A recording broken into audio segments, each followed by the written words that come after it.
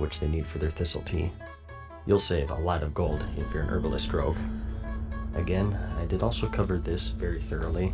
Not to just turn this video into a plug for my other videos, but it's such a broad subject, and if I were to go over it here, we'd be here for an hour. So again, if you want more detail with that, I'll have another video for you in the description. Add-ons are another thing that you should sort out. In Classic, there are no quest markers nor dungeon maps, and many of the other modern conveniences that the current game offers you. While I personally like it that way, and will be foregoing that stuff, you may find the game to be annoying without it. So check out your favorite add-on site, mine's CurseForge, and go through the add-ons and pick out the ones that you like, and get those installed first thing. A popular one is Questy, which handles all of the questing waypoints, just like in the current game, so a lot of people like that one in particular. And expanding further on that, you can also mess with your system settings before the servers are up. There's a button off to the right, so set up your graphics and whatnot, and definitely go through that as well. And since we touched on it a bit, there are some things that you should keep in mind with a new server, especially if you're new to Classic. In Vanilla, you'll find that you need to train all of your abilities. You can only get them from class trainers, who can be found in the major cities and low-level questing hubs. And a big mistake that people will make is that they'll train everything. Depending on your professions, you'll find that early on you'll be barely scraping along with it, so it's wise to look at each skill and only train the best ones. For example, if you can forgo some of the hunter training in exchange for a new serpent sting, the warrior's normal ability is all that crucial to level since it's just some extra damage. So just something to keep in mind. Super useful for saving it for your mount, so let's talk about that as well. You get your 60% speed mount at level 40, and your 100% speed at level 50, and of course no flying capacity. And you may have heard that it's really cheap to be able to afford it at the appropriate level, and it's absolutely true. Now, taking those discounts into consideration, between the mount and training, 60% costs 100 gold total, and 100% costs 1,000, which is important in Classic. You can get 10% off by reaching Honored with the appropriate faction, and another 10% from reaching rank 3 in PvP, which is quite easy. Unless you're using the auction house, the level 40 training is very tight, usually requiring you to go out of your way to farm some gold, and maybe level up your professions. For a fresh server, it's a bit more tricky because, like I mentioned, no one really has any gold to spend at that point. You can pull it off, I'm sure, but it's just going to take a bit more effort. I always say that fishing is the best profession for gold while level. There are low-level fish that are super valuable and at high levels will be too lazy to farm, and it was always worth it if you saw an oily blackmouth school to go fish it up. These are used for free action potions, which is one of the best potions in the game, even at max level. The Deviate Fish is used for the Savory Deviate Delight, which is one of the few appearance-altering items back then, also super valuable. All this is to say though, if you start saving early, and getting your professions leveled from launch, you'll be in a much better position for affording your mounts and more training. And some more miscellaneous tips there, hardcore in the launch, is to go for the title charm. In the Arathi Highland Zone, located in the Wanders right here, is the NPC Prince Nazjack, and he can drop a trinket called the Title Charm, which stuns a target for 3 seconds. Due to the shortage of trinkets in general in Classic, this is very good, particularly for PvP, and it's something that's going to be insanely capped at this level. So, if you're planning on collecting it, and you're one of the first 41-ish, definitely check this out to see if you spawned. And in the same vein, if you're a hunter, you're going to want to tame Broken Tooth. Back in Classic, before everything was homogenized, hunter pets had different attack speeds. Spell pushback was also insane in Classic, so for PvP, the faster the pet, the better. Broken Tooth is one of 2 pets in the game to have an attack speed of 1.0, the other being a bat in the Zul'Gurub raid, which won't unlock until Phase 4. So, as soon as you hit level 37, you should check out his spawn locations, which can be found right here in the Badlands, and see if you can get lucky, because this will be another thing that'll be super valuable to 60. Step outside the game for a moment, into that scary place called the real world. Birds. Man. Well, the gameplay sucks, but I guess the graphics are alright. Uh-oh, girls. Never mind, let's get back inside and sign up for Mythic mode. Let's regroup and study up on other brave souls who've laid the path before us. What you're watching is archived video footage from the original release of the game, November 23rd, 2004. So, this surely has some useful information in it. This is the World of Warcraft at 10:45. We're still installing it. We plan on playing for at least 12 to 13 hours. We're going to document it. 12 to 13 hours? What is this amateur bullcorn? So, let's go through the... What? More than 12 to 13 hours. Good call. That only put us at 11 o'clock. Okay, that's what I like to hear. Getting serious now. And hey, look, they even picked up the collector's edition, so you gotta give them some respect. And of course, they've come prepared. Could that be supplies for today's a special event? Yeah. Hark, I'm show gonna us. lock it here. Oh no. Yeah! Now that's what I like to see. Okay, as far as food is concerned, your first tip is to get the most unhealthy stuff imaginable. Dr. Pepper, Doritos, Nuggets. This is fuel for true gamers. The trick is to deny your body of real food. The combination of constantly eating at the brink of death and the non-stop breathing will prevent you from sleeping, thus allowing you more time to get those precious levels. What level you done?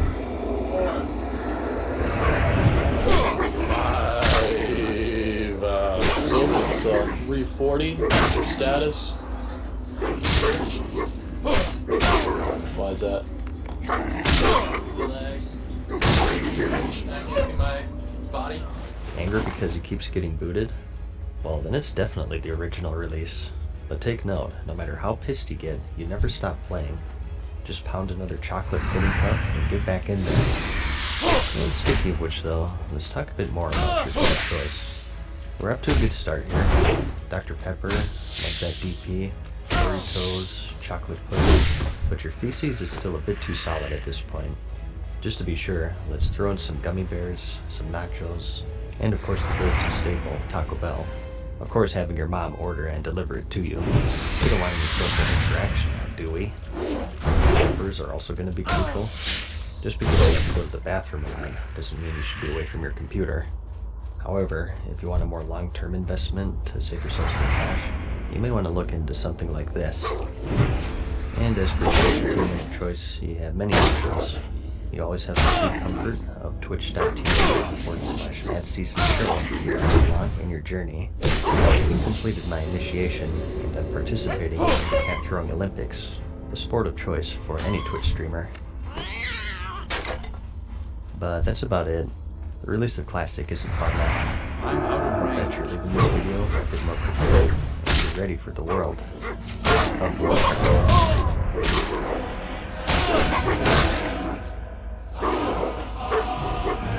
Farewell for now, mortals. Hope you enjoy. See you again soon.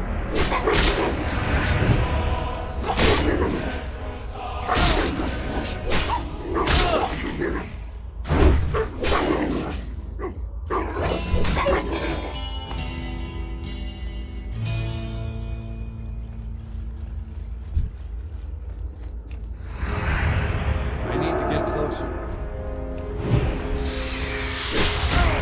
Hey guys, what's up man? I'm back with another video for you. So, with the audio system arriving in Classic World of Warcraft, I figured it would be pretty timely to make a video covering it for you. I'll explain how it works at a basic level, how to rank up, what rewards you can get, and the plus sides and downsides, all sorts of stuff, but hopefully give you a short but thorough look at how the system works as a whole. So before all of this, the only reward for killing enemy players is to ruin their day while you giggle maniacally to yourself. The game was re-released this way intentionally because that's how it was back in the day. It wasn't until patch 1.4 in April of 2005, which was 6 months after launch, that we got the release system in all of its glory. Essentially, from killing enemy players that aren't great, or completing certain PvP objectives, such as capturing a flag in the Warsong Gulch for instance, you earn what are called honor points. The amount you earned compared to everyone else will give you a weekly standing, and based off of this, you'll give you a certain amount of ranking points, or RP as we call them.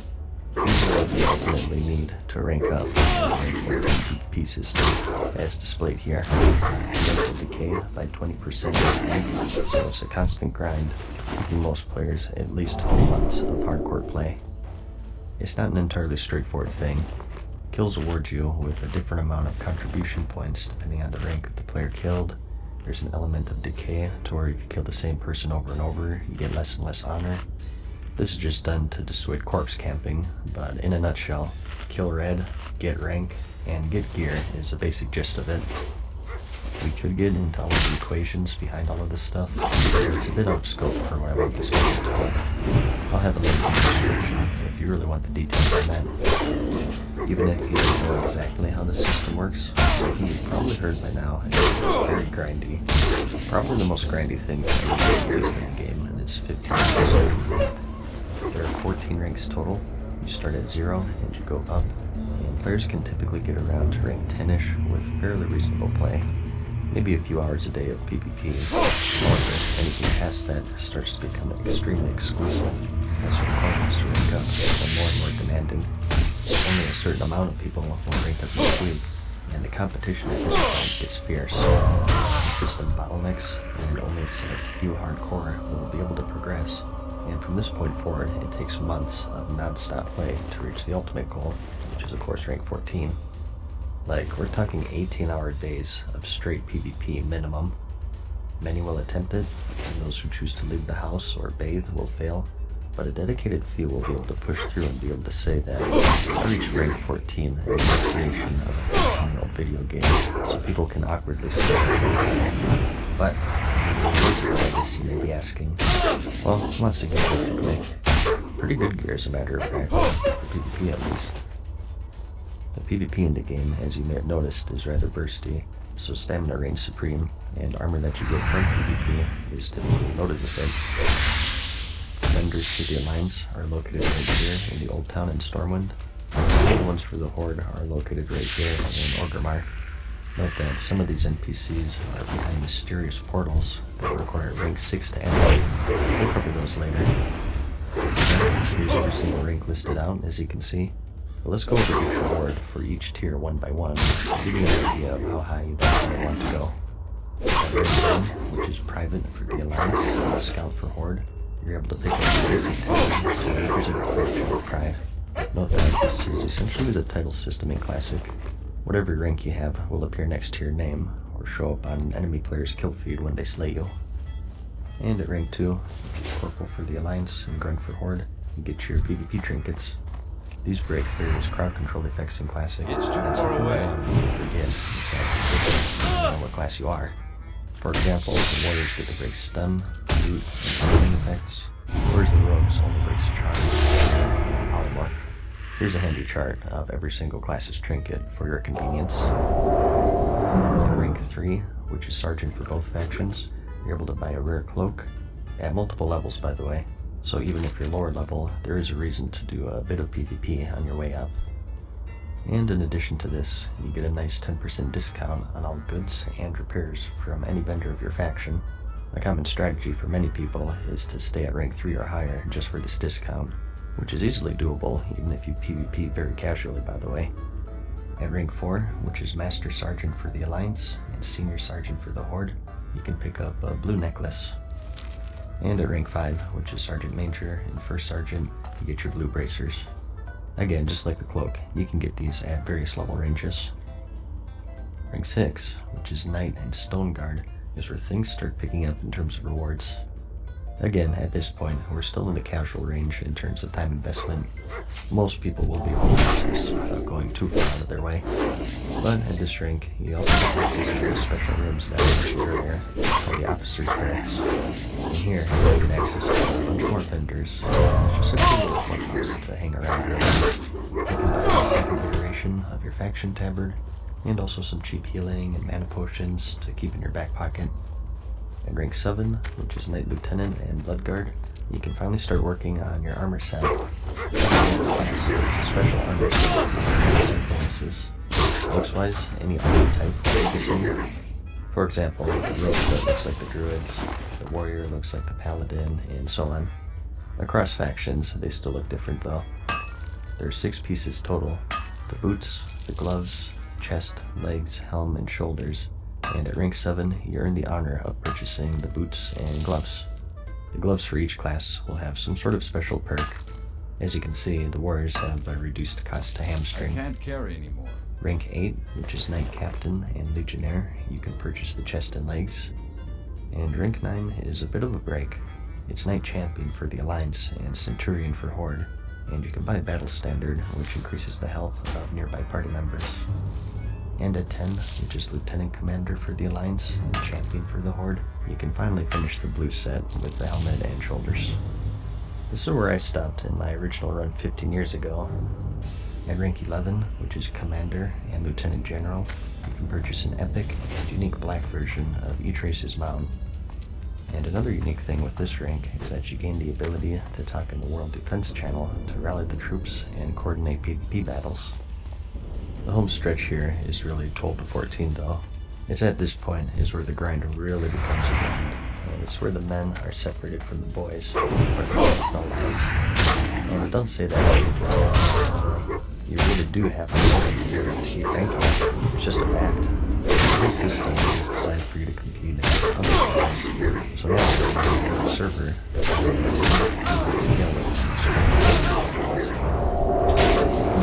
hours a day.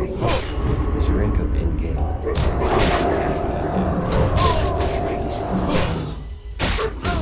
the ability to bust out the hot pockets because things are really sweaty.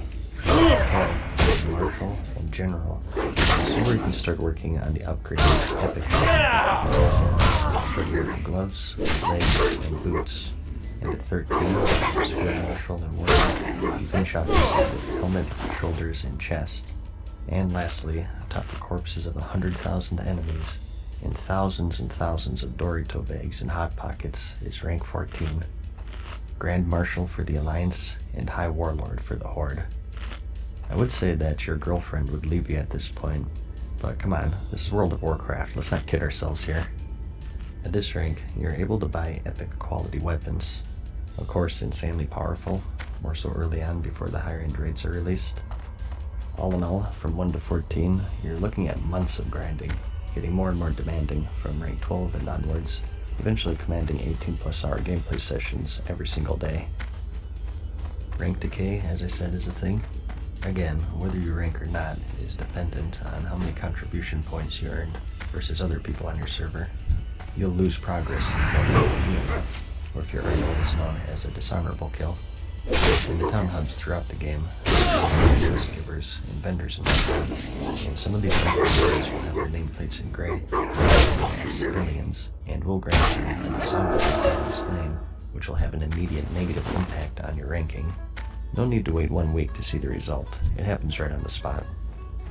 And do know that if you're in a group of someone who kills a civilian, you still get credit for a dishonorable kill, even if you did not die. So, due to this, many players who are ranking will avoid any questing hubs like the Plague, and keep their world PvP activities to safe zones such as the Blackrock Mountain, or Dire Mountain for instance, where there's no safe zone. And that's pretty much the ranking system in a nutshell, at the very basic level at least. Again, this is a lot of details with breakpoints and equations and whatnot. Check out the link in the description and it'll explain it better than I can. Overall, it's an insanely grindy system. Just know what you're getting into. Some people love it, and some people hate it. I personally don't care for it, and someone who loves just about everything to do with Classic, as you guys know. Inventory is full. I think it rewards time investment more so than it does skill, which hey, that's perfect for me, but it's just against what PvP should be for me. In fact, once Battlegrounds come out and 3 months ready, the level secret of key dodging, which was released back in the day. Basically, you're in Battleground, and you have to go against another pre-made. You only have one person except the king. This person is known as the Scout, and if they see that it's a pug, they'll tell their team to join up, and if it's a pre-made, they'll tell their team to re-queue, and they'll just sit out for a bit. This is done because when you do the Battleground, you get your deserted buff, so if you use a Scout, one person needs to sit out. Just so you this just for why this happens. It's all better for here. Typically, you're out of where you're basically. They couldn't give to it some of them could that had problems with armor keeping and killing the same players like myself. With no timer and the Warsong Gulch back then, and 2,000 resource cap, Premade versus Premade could end up with super long battles, and relatively little honor for both sides due to that decay. So because of this, it's much more preferable to just queue up against a pug to stomp them out real quick to maintain a high honor per hour, and thus rank more efficiently. Back in my day, I didn't have a choice because my faction happened to outnumber the Horde like 2 to 1, and this was before Crossrail Battlegrounds, so our queues were hours long. If we got a queue pop, we had to take it, and oftentimes we'd see that scout queue up, and then leave, and then usually the battleground would just end because the game couldn't fill up with enough players in time. There's nothing more frustrating than waiting for a match for like 3 hours, and then watching that timer roll down because another Premade didn't want to fight you. It was a mess, but you couldn't really blame them because that's how the system was designed. It wasn't designed to reward a competitive Premade versus Premade match. It was designed to reward stopping pugs over and over again, and eventually it's going to be the same with the re-release, even with Crossrail Battlegrounds. Plus, in general, it makes you compete against your own faction more than the enemy. You don't care about what the enemy faction is doing, you just want your allies to play less, which is just a fundamentally flawed system to begin with. And it's not even getting into the account sharing aspect, which was also rampant back then. With classic PvP, it's painfully obvious when someone is account sharing. Everyone has their own kind of strategy and style of playing, and out of nowhere you just see them play completely differently from one day to the other. It'll certainly be a problem in the re-release, something that Blizzard will have to keep an eye on. But how do you detect people in the same household? People will cheat, you can be sure about that.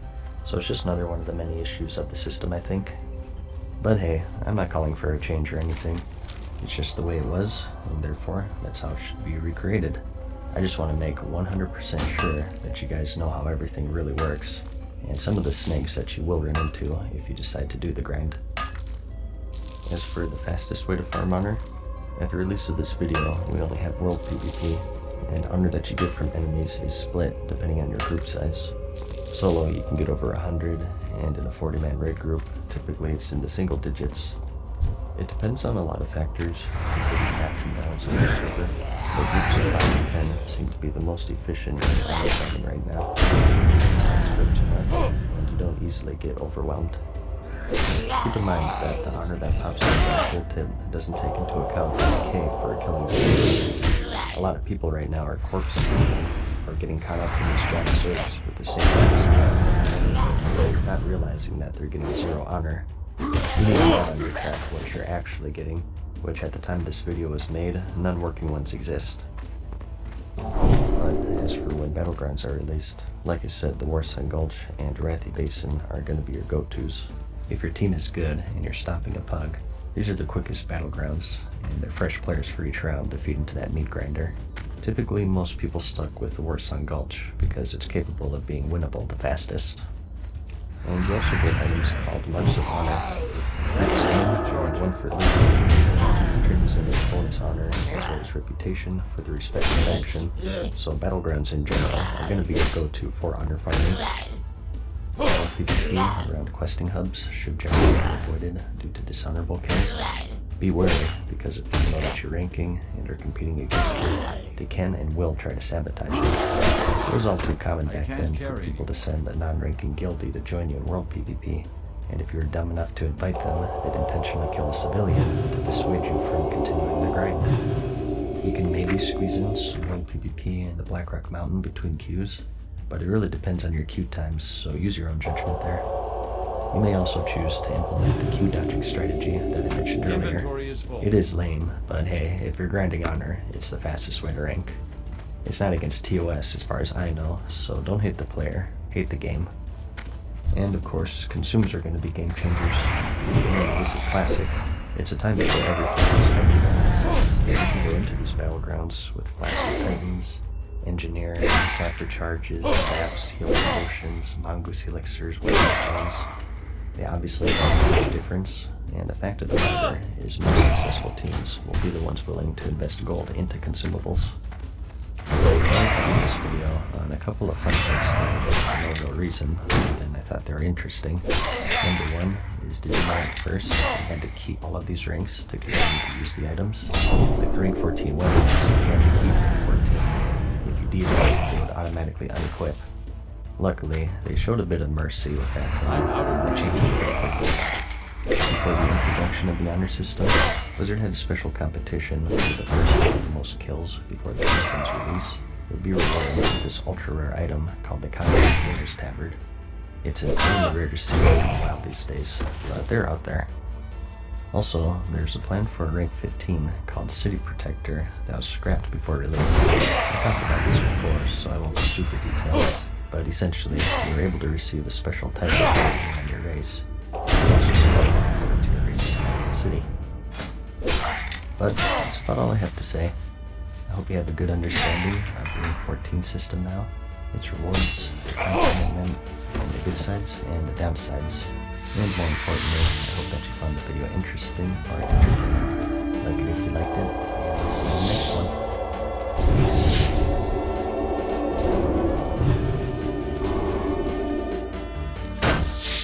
Farewell for now, mortals.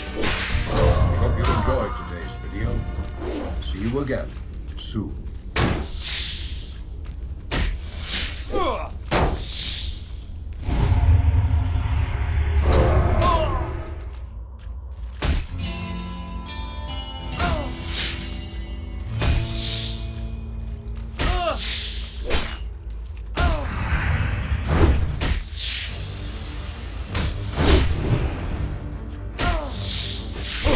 Hey guys, what's up? Mad Season here, back with another video for you. Blizzard recently announced that we're getting the two battlegrounds attached to Phase 3, which are the Warsong Gulch and Alterac Valley, a bit earlier than originally planned. While Phase 3 is set to be released sometime in early 2020, these battlegrounds have been confirmed for the week of December 10th, which people are complaining about, but it actually matches the original release more accurately, as these battlegrounds were released in patch 1.5 on June 7th of 2005. Whereas the Blackwing Lair was 1 month later in patch 1.6 in July 12th of the same year. I thought it was timely to make a full guide for each of these battlegrounds, starting with Warsong Gulch, and going into the basic stuff such as how to join, rewards, and basic objectives, but also go into the more advanced stuff such as team composition, differences between the classic and current versions, and general strategies and tips to give you an edge over your opponents. Most people have probably played the Capture the Flag game mode in one form or another. It's in nearly every FPS game in existence, or for those who leave your basements, you could even play it in real life. Lightning bolt! Lightning bolt! Lightning bolt! The premise is simple. Force your way into the enemy's base, grab their flag, and bring it back to yours. In the case of World of Warcraft Classic, you must have your flag safely secured inside your base to score a point, and the first to 3 points wins. Okay, video over. I hope you found it helpful. Like it if you liked it. Alright, just kidding, but before we get into the actual battleground, let's cover the basics first. To queue up for it, you have to find a battle master in any major city. Just ask a guard for their specific location, and the ones you're looking for the Alliance are the Silverwing Sentinel battle masters, and for the Horde, it's the Warsong Outriders. These are also reputations tied to the battlegrounds. It's a 10 vs 10 fight, so you can kill 9 other group members if you wish. And note that even lower level players can join in on the fun. They're split into partner brackets. Alternatively, you can feel that you have instance program, just like here, and go here in the Barrens for the Horde. A fun fact for you is that when these were released, you had to use these portals to queue up. It was only in patch 1.6, 1 month later, that they added these battle masters, which was a huge quality of life improvement. You still have to move guild here though, as it's where the vendors are located for these reputations. The rewards are quite good, depending on the class. There's 4 gold to buy, and a reputation. I need to target something first. There are also a selection of blues, which can be handy depending on your gear level.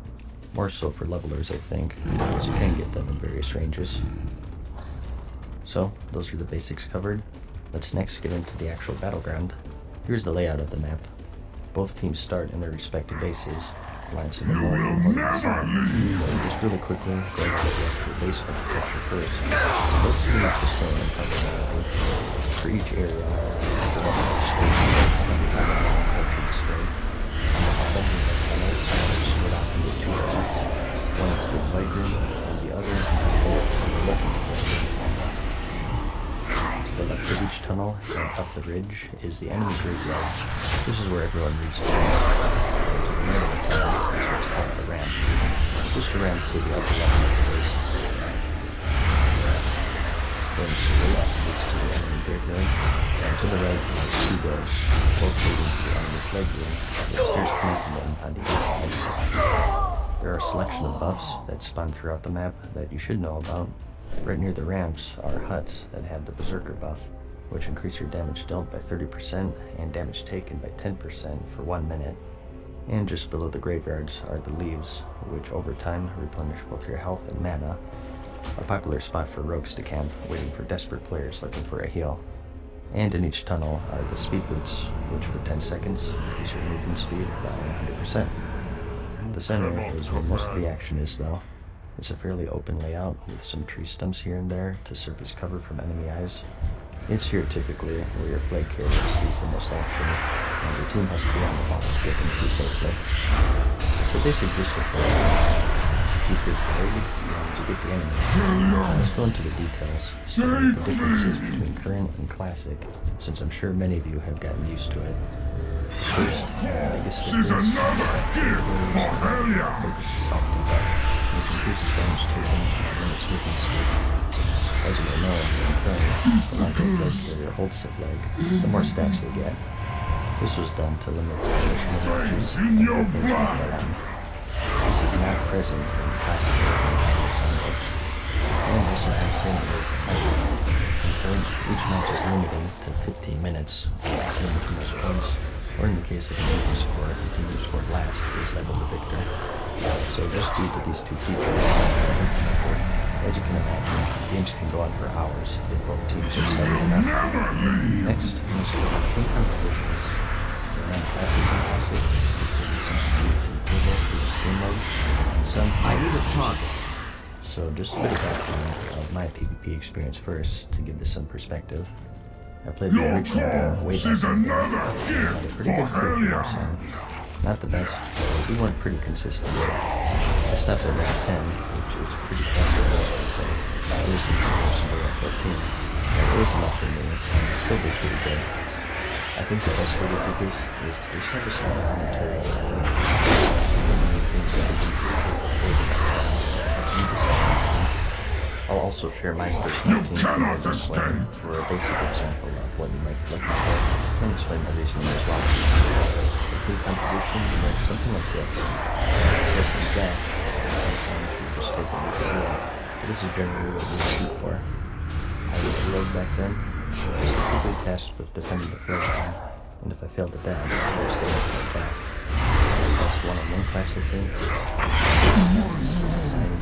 And the ability to completely lock down anyone, you should have no trouble killing a single druid or whatever comes into your flag room.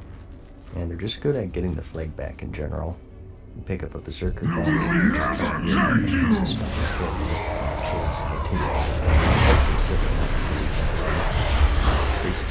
self-explanatory. This is what is straight heroes. Battle comes out of damage. Taking this by magic feathers off enemies. Very important. It's too far away. Mind vision is a great way to get intel on the enemy flag carrier's position and how many guards they have. It's vital to have at least one priest on the team.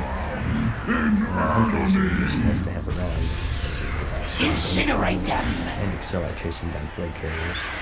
They can also defend the area with their slowing traps and flows to invest others. The druid is probably the most important class. They're the best flag carriers, hands down. Their ability to shapeshift on slows. They handle polymorph insanely well. You can't stop them outside of human form. They're just insanely fast and tanky, and therefore as well. Every time I see them, the most important blessing. The ability to work healers, and they have great support buffs. Of course, slowing effects are going to have enormous value in a capture the flag setting. Their bubble is amazing. Just a great support class to have, which is why we had 2 of them. I guess if you're Horde, you'd want to go with 2 Shamans maybe. I think this story is good, if not better. They're going to be effects, freedom, reaction potion, grounding potion, stop crowd control effects, tremor to keep fear out of everyone, and Winter, of course, for the first time. I think you definitely want Rand's Restoration, and it'd say 1 night mental since you're so boosted, which is of course pretty valuable when you capture the flag. And it's also good to have the warrior on the team, preferably on spec for more strength. This is one of the few ways of reducing healing taken in Classic, so your job is going to be keeping this on the flag carrier, and also just being in the middle of everything in big team fights. Warriors are the best class with pocket healers, so you never want to venture far from the team. Stick with the group and win those team battles. Mages are also vital as they provide amazing crowd control. Sheep, insanity, brutes, souls, and extreme damage. They're vital for their teams. Respect for our team building. I think most people want fast control, but we had good success in the fight. It's a good win. Just ready to choke it. So, don't overcasting, prayer, or fear. And lastly, is the one not only do we have great crowd control with fear, which is only 3 CC effects in the encoded game, doesn't put you immediately on damage, but we also have some pretty good damage. Curse of Times, Soulstone, Soulstone, everyone. Just an all-around hand-class to have. Good addition, good composition. Ours was the great soul length for the outer defense. I think all 3 strikes would do well in Warsong. As for the basic strategy, the goal here is to assert control over the middle of the map. You've probably heard it before. If you control middle, you win, which is true in most scenarios, but it's not that simple. It depends on your composition and how many defenders the enemy has, if any. Ideally, you want to stick together and control the middle, sending only your druid into an undefended or low defended flag room, and keep the middle clear for an easy cap. The entire goal here is to stick together, and at the same time try and keep the enemy split up. When you send it by you, intercept their backup so you keep them separated across the map. The death of a Warsong match always is losing middle, and then everyone just kind of wanders around doing their Our own foe thing. is great, champion. Try and keep relatively But we close will to each win other, the day. and if you get wiped, group up again and give it another go to try to turn the tide. In the case of both teams holding each other's flag, the best place to post up without cheating is the roof. For each base, there's just one pretty small entrance, so it's easily defendable. Flares to keep rogues out, hunter traps, mage AoE slows, and so on. And if things go awry, you can simply jump down, and the graveyard is just outside. Communicate the global rest timer to your flag carrier to let them know when it's a good time to jump down. Ideally, he or she reaches the graveyard as you all resurrect, so you can finish off a probably weak and low mana team. Getting the flag back is of course dependent on many factors, including the number of defenders, classes, and so on. There's no real way to make a one-size-fits-all guide for this. Just group up, grab the berserk buff your team, rogue, mental shaman at 3 minute range, to the back. Of course, communicating with your flag carrier about returning, I need a target. some tips for the control, I guess, is like I said, try to keep the enemy split up. Ideally, you want to get them into a situation where only half of them are alive at any given moment, by filling the fresh spawns as soon as they drop down from the graveyard, for instance. Good teams won't do this, they prefer play the lines and then splitting up the activity is going to be a best bet. And at the same time, communicate the timer with your team. If they know that it's 20 seconds until resurrection, instead of fighting a futile skirmish in the middle, they can just die and you can regroup much faster. At the end of the day, the key to winning is to have good composition and know how to win big team fights. Be organized with your crowd control, focus targets down, protect your healers. This is going to go further than anything else I can tell you. There are a couple of exploits that you should know about. I'm not going to show them to you. It is possible to get the spots with any of them each year. Right above the campus one, and another is below the background. They'll just roll through the eventually turn every time, which are pretty good. Obviously, this is in the sort of but just be aware that there's almost certainly will be people cheating. Back in the day, you could get reported for kind of adventures this after the release. Any concerns, like I said, in the Rank 14 guide, this was before the time of hyper valleys, and you can go into any battleground with flasks, raids, saber charges, free action potions, healing potions, whatever. Anything that you can use in the build, you can use in a battle, so have at it. It can be expensive, but they make a huge difference. I need a target. And like I said, you can just split it off as it is a lot of people, so make sure that you do that and you play players. And last thing is I don't have a target. we're all for being competitive. What kills a team aren't necessarily losses, more so if you're reacting to them. If you're miserable to play with, if you have a bad night, chances are your team isn't going to last. Especially if you're on the Rank 14 grind, chances are you're interacting with the same people 18 hours a day for 3 months. But that's about it. Those are the basics. What's on guard, some fundamental strategies, and we talked a bit about competition games and some various tips and tricks. I don't pretend to be a hardcore expert, but this is what worked for me and my team all those years ago. So I hope you picked up some useful information from this to help you with your time in the battleground. If you enjoyed the video, I do plan on doing the same thing for the Arathi Basin and Altred Valley, so keep an eye out for those videos as well. Like it if you liked it, and I'll see you in the next one. Peace.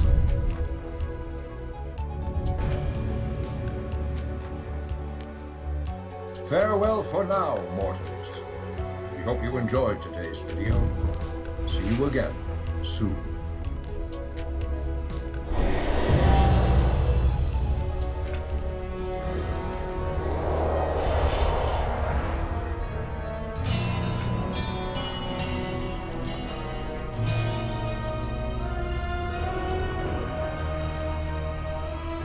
Hey guys, what's up, man? Season here, back with another video for you. As many people are finding out, gold is a rather rare commodity in the game. There are plenty of ways to earn it. Mob farming, mining, herbing, auction house flipping. In this video though, I'd like to cover some of the more unorthodox ways of making gold in the game that'll hopefully be helpful to you. First up, we have chest camping. Of course, throughout the world, you can find a huge amount of chests. And aside from that, also some treasure coffers. They serve as a nice little bonus whenever you're farming mobs or leveling up, but the more industrious players can take advantage of them by parking an alt near a known spawn, and then check it every 30 minutes or so to collect some free loot. Some of them are even unguarded, as you can see. This is one I always check for in Winterspring when I'm around. Obviously, the higher level the better, and the lower traffic the better, and the fewer guards the better. I would go over specific spots, but it would be kind of counterproductive to say, hey everyone, here's a super secret awesome chest. Well, it doesn't really make it super secret anymore. There are plenty like this one though, but I'll leave that for you to find yourself. I'll at least give you some chest maps in the description if you decide to try it out. And one last tip to go out on is that dwarves excel at this with their fine treasure ratio, so bonus points for all of our bite-sized brethren out there. Raiding is pretty competitive in Classic, surprisingly. People go into raids that are clearable with half the intended number of players, with flasks, elixirs, full Diremaul buffs, Songflower, Onyxia buff, whatever. All for those sweet, sweet parses. Which is fine, by the way.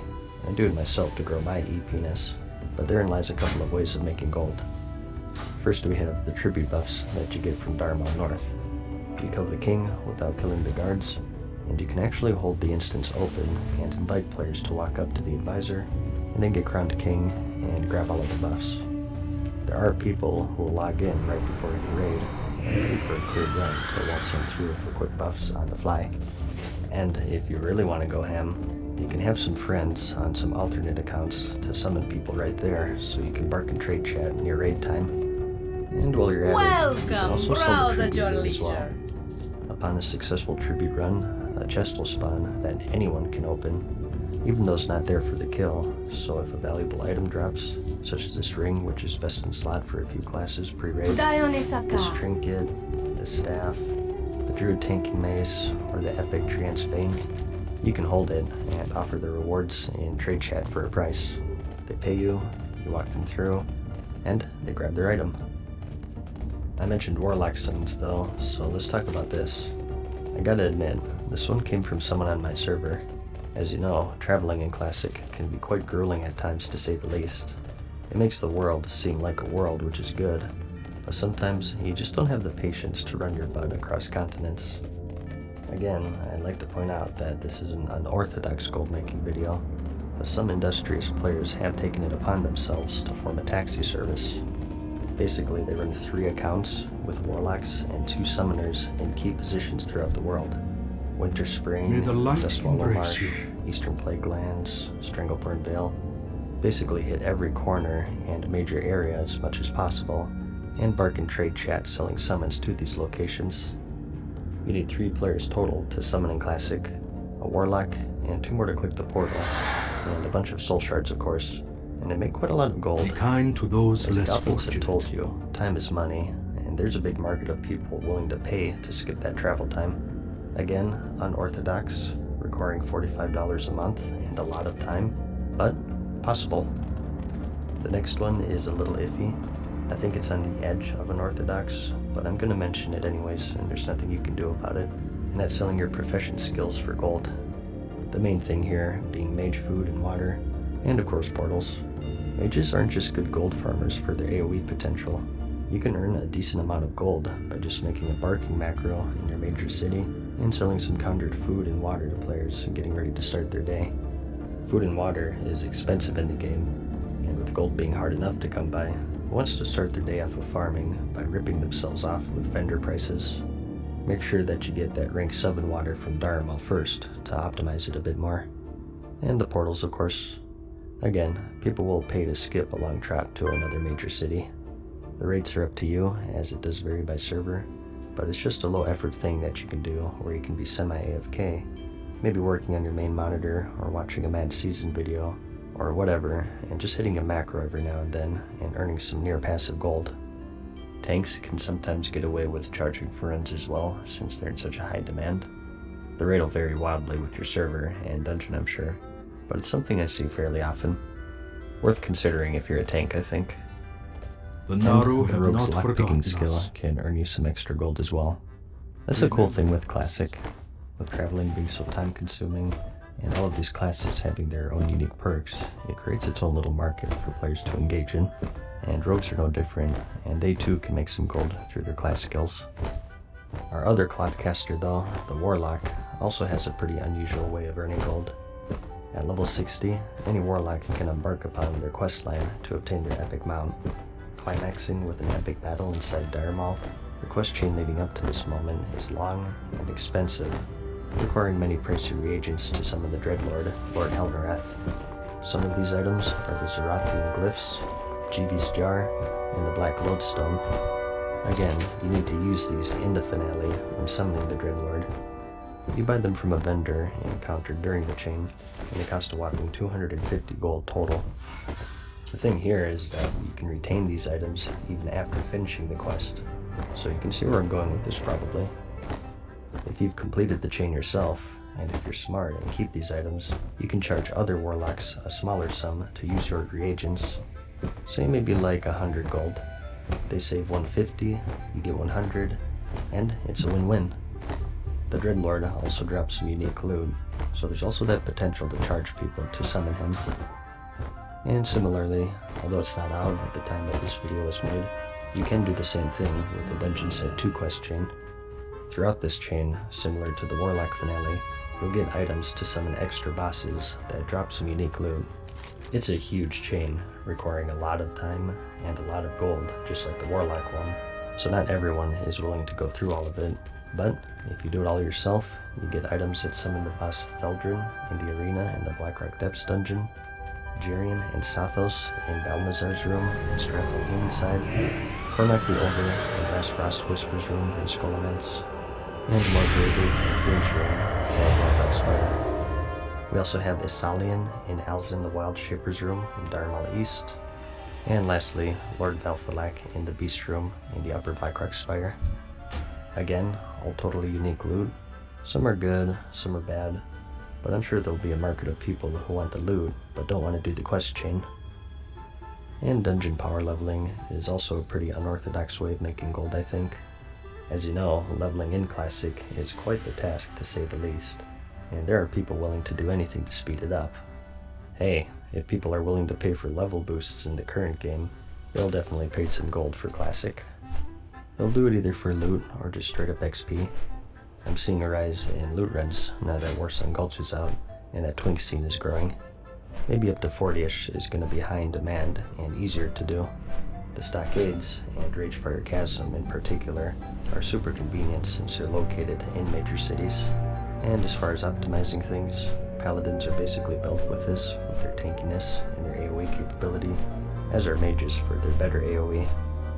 It'll differ depending on the server, but for me, a typical Stockades run is around 2 gold, so with how quick that is, and if you get a full 5, that's 8 gold, plus all of the cloth and stuff if you reserve that like Mega Deal. So, definitely a different style of making gold if you're looking to switch things up. And lastly, you can become a streamer. There's an interesting dynamic that comes with streaming in Classic World of Warcraft, and that's the fact that you're just more important than the other normies who play the game.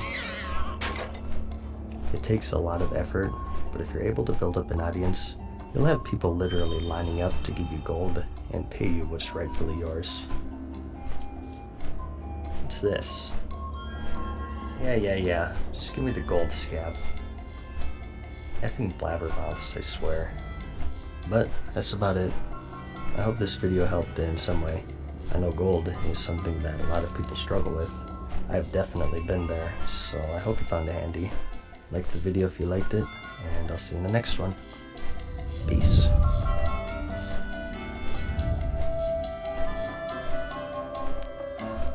Farewell for now, mortals. We hope you enjoyed today's video. See you again soon.